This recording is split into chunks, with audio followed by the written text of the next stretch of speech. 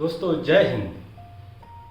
बिहार की लगातार सियासी घमासान जो देखने को मिल रही है, ऐसे में अब ये स्पष्ट हो गया है कि कुर्सी कुमार सिर्फ कुर्सी के प्यारे हैं। उनको जनता की वोट से, जनता के इमोशन से किसी भी तरीके का कोई लेना देना नहीं है। इसके अलावे एक बात और ये भी स्पष्ट हो गई है कि बिहार में उनसे बड़ा ईगोइस्टिक नेता कोई नहीं है। वो अपने ईगो को सेटिस्फाई करने के लिए पेंडुलम की भांति कभी इस दल में तो कभी उस गठबंधन में, कभी उस गठबंधन में तो कभी उस गठबंधन में झूलते रहेंगे जब तक कि वो उस पेंडुलम का बॉल बने रहेंगे। यानी जब तक वो मुख्यमंत्री बने रहना चाहते हैं तब तक ऐसी ऐसी गतिविधियों में शामिल होते रहेंगे। उनको अपने जनता के वोट का, अपने जनता के इमोशंस का कोई ख्याल नहीं है। हाँ, हम ये सभी इन सभी बातों से सहमत होंगे कि जो पहला कार्यकाल जब मुख्यमंत्री नीतीश कुमार 2005 में सरकार बनाया तो उनका जो पहला कार्यकाल था वो बहुत ही जबरदस्त और बेहतरीन रहा। उनके कार्य को पूरे देश में सराहा गया। लेकिन क्या ऐसे में उसके बाद जिस गति से लोग बिहार का विकास चाहते थे, बिहार के लोग विकास चाहते थे, क्या ऐसा हुआ? मेरे नज़रों में तो ऐसा कभी नहीं हुआ। वो सिर्फ पटना और राजगीर की विकास में लगे रहे, बाकी दूसरे राज्यों में, दूसरे जिलों से उनको कोई लगातार उपेक्षा ही मिलती रही। जहाँ तक रोजगार की बात करें तो रोजगार के मामले पर भी नीतीश कुमार हमेशा फेल रहे हैं। ये शिक्षकों की जो बहाली निकाली गई है, इसमें उन्हीं शिक्षकों को लगभग 60 से 70% उन्हीं शिक्षकों को दोबारा से शामिल किया गया है जो ऑलरेडी नियोजित शिक्षकों के रूप में काम करते आ रहे थे। ऐसे में ये शिक्षक के नाम पे रोजगार देने की बात एक महज ढोंग कही जा सकती है।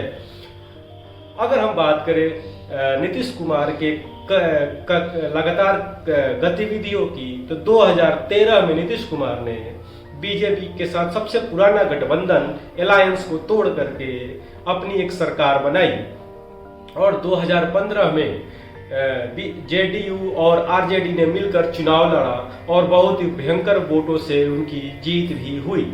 और ऐसे में ये कयास लगाने जाने लगे थे कि हाँ, अब नीतीश कुमार बीजेपी में दोबारा नहीं जाएंगे। लेकिन समय की देर नहीं और 2017 में ही नीतीश कुमार ने महागठबंधन का साथ छोड़ करके दोबारा से भाजपा का दामन थामा। इसके अलावा 2022 में फिर नीतीश कुमार ने भाजपा का दामन छोड़ करके महागठबंधन का दामन थामा।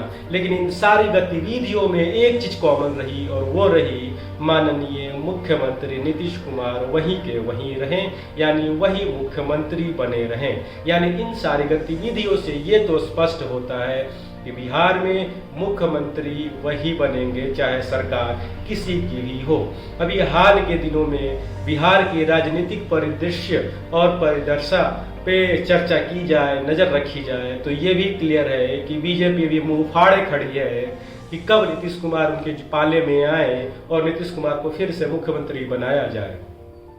उधर महागठबंधन अपनी बार बार गलतियों से ये सीख नहीं पा रहा है कि हमें सरकार कैसे चलानी है।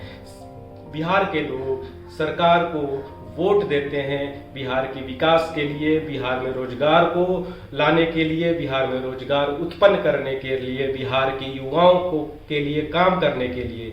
लेकिन एक्चुअली में हो क्या रहा है, सारे राजनीतिक दल अपनी अपनी सरकार बनाने की में पार्टियां अपनी अपनी रोटियां सेकने में लगी हुई हैं। वहीं पे अगर हम बिहार के दूसरी राजनीतिक परिदृश्यों में बात करें तो जन सुराज के संस्थापक की अगर बात करें प्रशांत किशोर की, वो गली गली गांव गांव में घूम घूम कर ये कह रहे हैं कि अरे बिहार के वासियों, थोड़ा तो समझो, कुछ तो समझो कि लो अब तो आंखें खोलो कि तुमने जो भी आज तक वोटिंग करी है वो जाति के नाम पे करी है, धर्म के नाम पे करी है, अपने लोगों के नाम पे करी है। कभी तो कभी अपने विकास के नाम पर वोट डालकर देखो, बिहार की तस्वीर बदल जाएगी। ऐसी क्या बात है कि पिछले 17 सालों से 18 सालों से बिहार में माननीय मुख्यमंत्री की सरकार है। उसके पहले लगभग 15-17 साल तक लालू यादव सरकार में रहे। इन दोनों को अगर कार्यकाल मिला दिया जाए तो लगभग 30 से 32 साल यानी 3 दशक से भी ऊपर इन्होंने बिहार में राज्य किया, लेकिन इन्होंने सिर्फ और सिर्फ बिहार को बर्बाद ही किया है। बिहार में आज तक इन्होंने कोई रोजगार उत्पन्न नहीं कर पाए ताकि बिहार से जो पलायन बाहर की तरफ हो रही है उस पर कंट्रोल किया जा सके, इंडस्ट्री लाया जा सके।